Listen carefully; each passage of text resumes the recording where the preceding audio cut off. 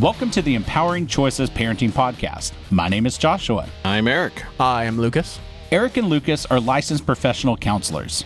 We have created an online community with a website and an app full of parenting resources and courses. Most importantly, all of this is centered around a private community where you can share your struggles with us and others. If you are interested in joining, please check out our website at empoweringchoices.community or search for our app in the App Store by searching Empowering Choices. For a small monthly fee, you receive everything I talked about and you help support the show. Plus, every time someone purchases a membership, we gift a membership on your behalf to someone who otherwise could not afford it. All right, now on with today's show. Today, we're going to continue our conversation about the power of parents. And really, we started our conversation off about like the power of children and kind of the lack thereof. And I think we have a bit of a continuation on that theme in that the things children come into the world with versus the things they do not come into the world with. Mm-hmm. And that's a great intro because, I tried. Yeah, no, and it's really very true because, kids don't come into the world with cell phones, laptops, Hello Kitty dolls, furry animals, even clothing. I mean, we come into the world with nothing. And really trying to think of a snarky comment for that, but I think it would drift inappropriately immediately. So I'm just leaving it alone. Yeah. It isn't going to go anywhere good. No. But what children come into the world with are parents. Right. Yeah. Good point. They come into the world with assuming that the parents are good and healthy and responsible people, right? Mm-hmm. They come into the world with everything they need. Mm-hmm. But who owns that stuff? Yeah, and we're going to get there a little later on, but it really kind of goes more into the realm of, okay, since they didn't bring anything into this world, what is everything that they have? It comes from parents. And I know that some people would be, I have family members. They would be like, they give all kinds of gifts and all kinds of things. So it doesn't just come from us. Sure. Right. Yeah.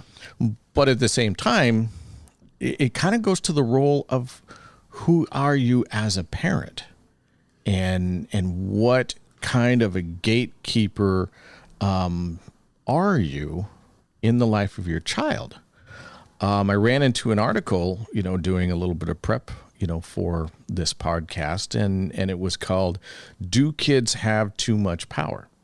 And was written in 2018, and it's written by somebody who's talking about the differences between parenting, maybe a couple of decades ago, and the parenting, of today that, she is seeing and finding, where essentially maybe as a reaction to there being kind of a dictatorial parenting, for, a lot of mainstream decades, that now parents really have a tendency to kind of give way too much freedom to their children.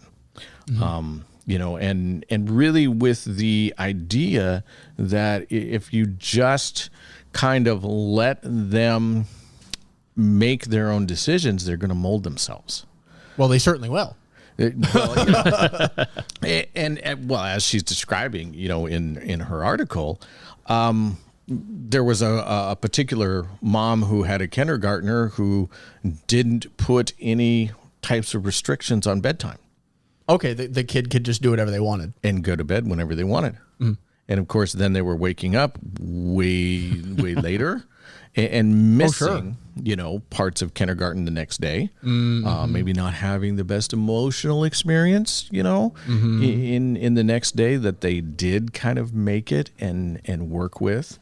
And the mom's response was, I'm going to give you long lectures on why staying up too late is not a good thing for you. And as a process of talking to you about this, you as my little kindergartner are going to just choose to go to bed at a much earlier time. Well, and we're really going to, I mean, that's definitely material that we want to spend an entire segment on as to why that's a bad idea and why a kindergartner or like the development of the child mind, why that ain't going to work. Right. But that's not today's segment. We're definitely going to dive into that. We definitely are, but it's a part of that. What kind of power, what is everything in life? Because that's a form of power right there that the child is then given. Right. The responsibility to make their own decisions about bedtime. Right. And that assumes certain things. I mean, there aren't many ever, if ever, kids that came up and said, okay, Mom, why don't you just, hand me, $500, give me the keys to the car. I'm going to go see a movie. I'm going to go, do a little shopping. I'm going to stop by the bar. I'll probably be there till it closes, and then I'll just come home and maybe it'll be about 4:00 at the age of 2. No, I can't imagine. Right. Exactly. Because it's not possible, for that to actually be something that would happen in a 2-year-old human being. No, of course not. But a lot of parents are giving them the power as if it is. Mm-hmm. You see where I'm going with this? Everything, they came with nothing, which means that you as the parent have provided everything. Mm-hmm. And even if you have family members who have brought dump trucks full of toys and clothing and stuff and just backed up to your front door and lifted it and in the house it went, it's still your house. Mm-hmm. What did you allow to stay there? Mm-hmm. What was your say over that? And it's a whole different discussion to get into overbearing, family members. I get it. Believe me, I get it. But it's a part of that power. So if my grade schooler has a TV in their room, how did it get there? Exactly. They did not purchase it or install it, most likely. Right. And if my grade schooler will not go to bed on a timely manner and are waking up late or tired, or because we know, and that's a part of bringing in the research. Research has shown, especially in the last year, that children need 10 to 12 hours of sleep a night. And that number kind of goes up and down depending on what exact age they are. But yeah.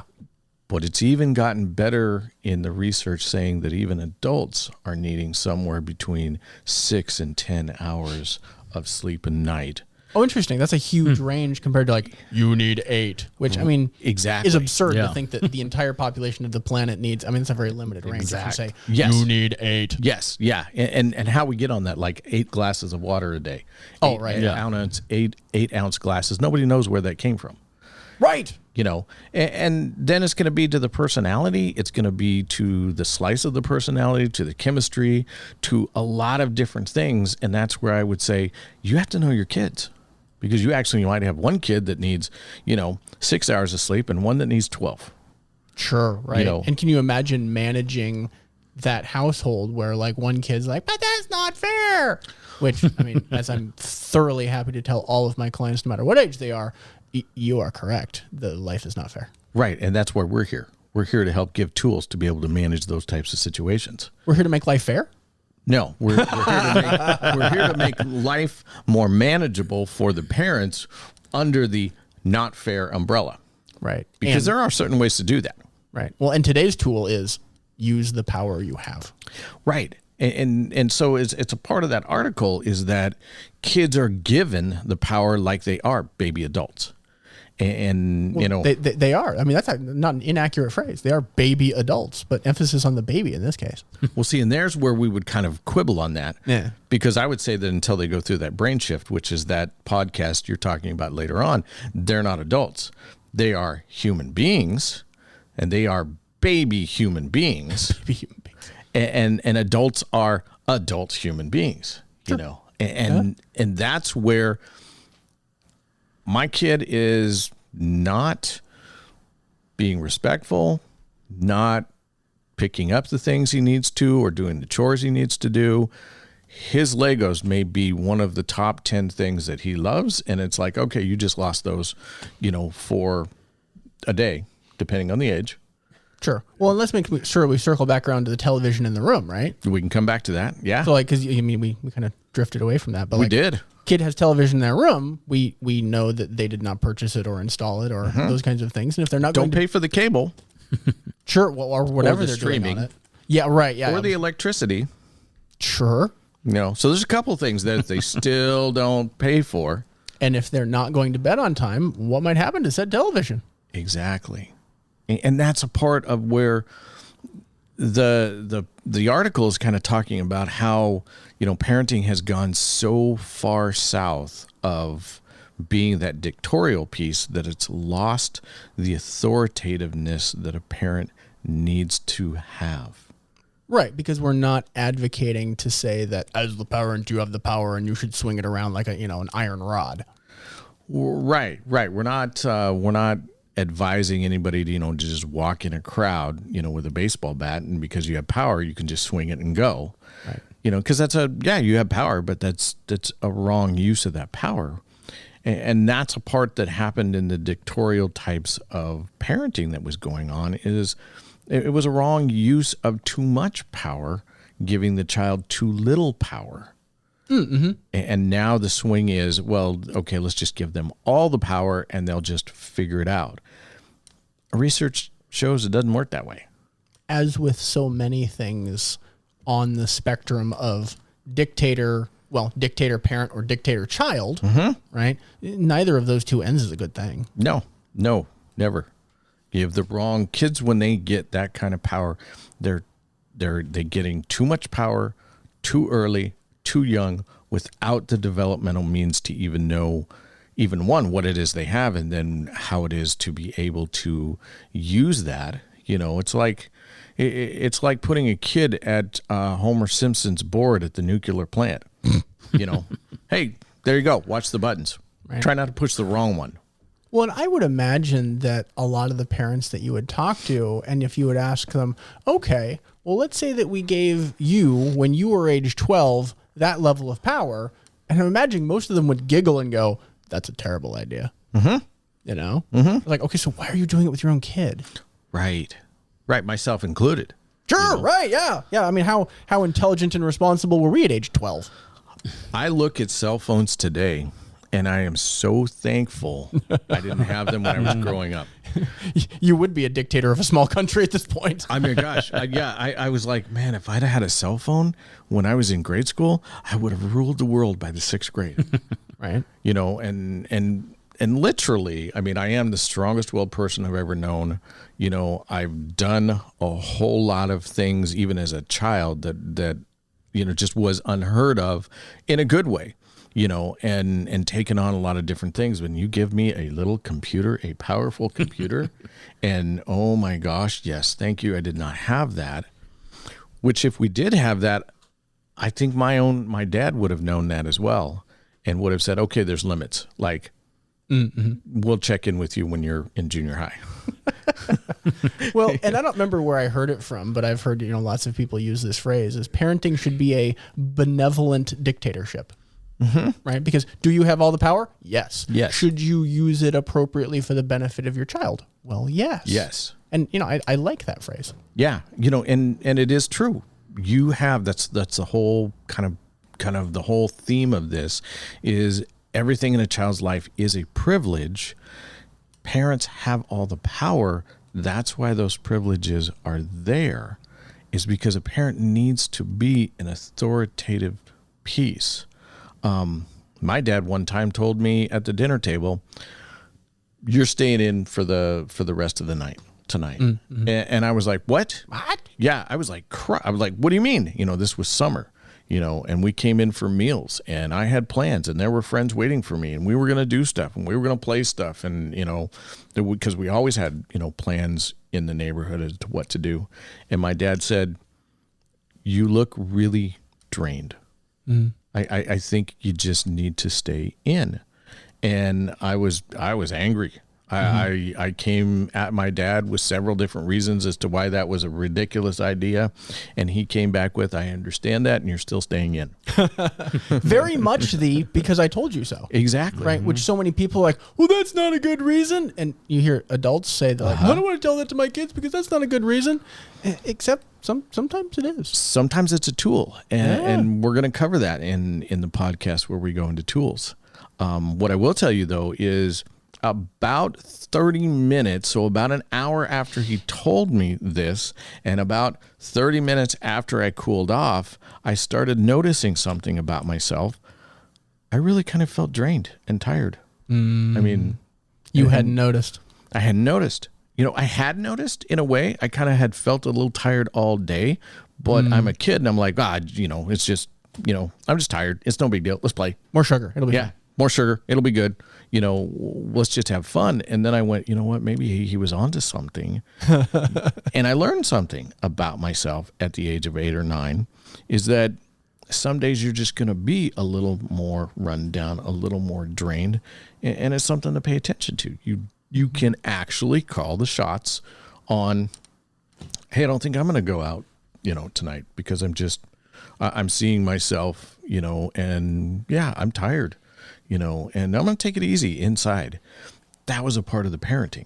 Because the revelation there certainly was not, right. My dad knows what he's talking about. Oh, no. Oh, no. Not in the first 30 minutes. No. That doesn't come until age 30. Well, no, it came 30 minutes after.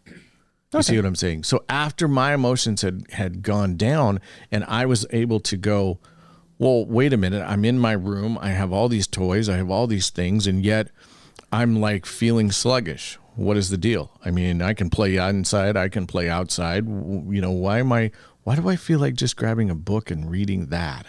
Versus getting all my Star Wars figures out and all the blocks out and creating this entire kingdom. I have like 2.5 hours before bedtime. That's a huge, massive, imaginative battle right there. And I'm like, no, I just think I want to get some books. I am kind of drained. I didn't understand that until that time, and so that's a part of that, it's a part of that authoritative parent that has to be there because I didn't have the developmental brain part that said, yeah, you're tired. You need to be in tonight. That had to come from somewhere else, which all of everything I had came from somewhere else. And so it kind of wraps up inside itself is that the things that we give to our children, are things and are privileges. And if they're not, going to be, doing what they're supposed to do, then those things may be on the table to be a part of helping them learn more self-control, more self-restraint, more of the types of values that we're trying to teach them. And, we're going to follow this up a little bit in the next podcast where we kind of talk about, well, you as parents, what exactly is expected of you, within the society. You've been listening to the Empowering Choices Parenting Podcast. If you have enjoyed this show, we would encourage you to visit our website at empoweringchoices.community. For a small monthly fee, we offer a website full of parenting courses and resources. You also have the ability to connect with parents going through the same struggles you are in a safe and private environment. Every time you purchase a membership to our site, we give away a membership to a parent in financial need. Help yourself become a better parent while helping others gain access to important parenting materials by supporting our podcast. Check us out at empoweringchoices.community or in the App Store by searching Empowering Choices. We'll see you on our next episode.